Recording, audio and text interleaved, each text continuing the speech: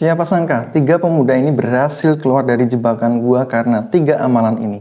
Dahulu ada 3 orang dari kalangan Bani Israel. Mereka pergi berkelana sampai akhirnya menemukan sebuah gua dan mereka masuk ke dalamnya. Tak lama kemudian ada batu besar jatuh dari gunung dan menutup pintu gua secara rapat. Akhirnya mereka berdoa kepada Allah dengan perantara kebaikan mereka. Pemuda pertama, mereka punya orang tua dan dia selalu mendahulukan orang tua tersebut apapun keadaannya. Suatu ketika dia menyiapkan susu perah yang sangat segar kepada orang tuanya. Namun ketika dia pulang, dia dapati orang tuanya sudah tidur. Dia putuskan untuk menunggu di samping beliau sambil memegang gelas susu hingga fajar tiba dan orang tuanya terbangun. Sementara anak-anaknya merengek meminta minum di bawah kakinya. Dengan amalan itu, batu besar berhasil bergeser sedikit. Pemuda kedua, dia punya keponakan yang dia cintai layaknya calon istri. Lalu ia pun meminangnya namun ditolak oleh gadis keponakannya tersebut. Sampai paceklik tiba dan gadis itu pun datang dan dia tawari uang agar dia mau dipergauli. Ia pun setuju, namun ketika pemuda itu sudah tepat di atas tubuh gadis itu berkata, "Takutlah kepada Allah Subhanahu wa Ta'ala." Kemudian pemuda itu meninggalkan dan mengikhlaskan uangnya. Kemudian batu besar tersebut bergeser sedikit lagi.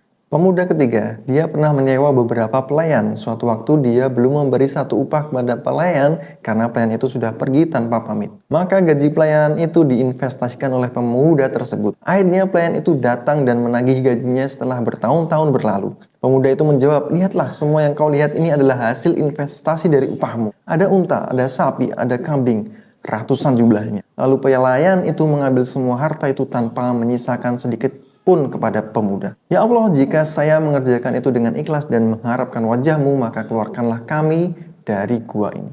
Maka batu besar tergeser dan mereka berhasil keluar.